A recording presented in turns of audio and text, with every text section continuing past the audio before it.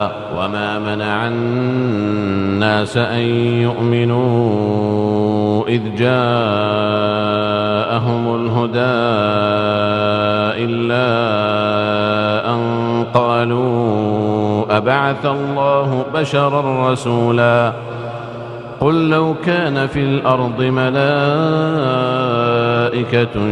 يمشون مطمئنين لنزلنا عليهم من السماء ملكا رسولا قل كفى بالله شهيدا بيني وبينكم إنه كان بعباده خبيرا بصيرا ومن يهد الله فهو المهتد ومن يضلل فلن تجد لهم أولياء من دونه ونحشرهم يوم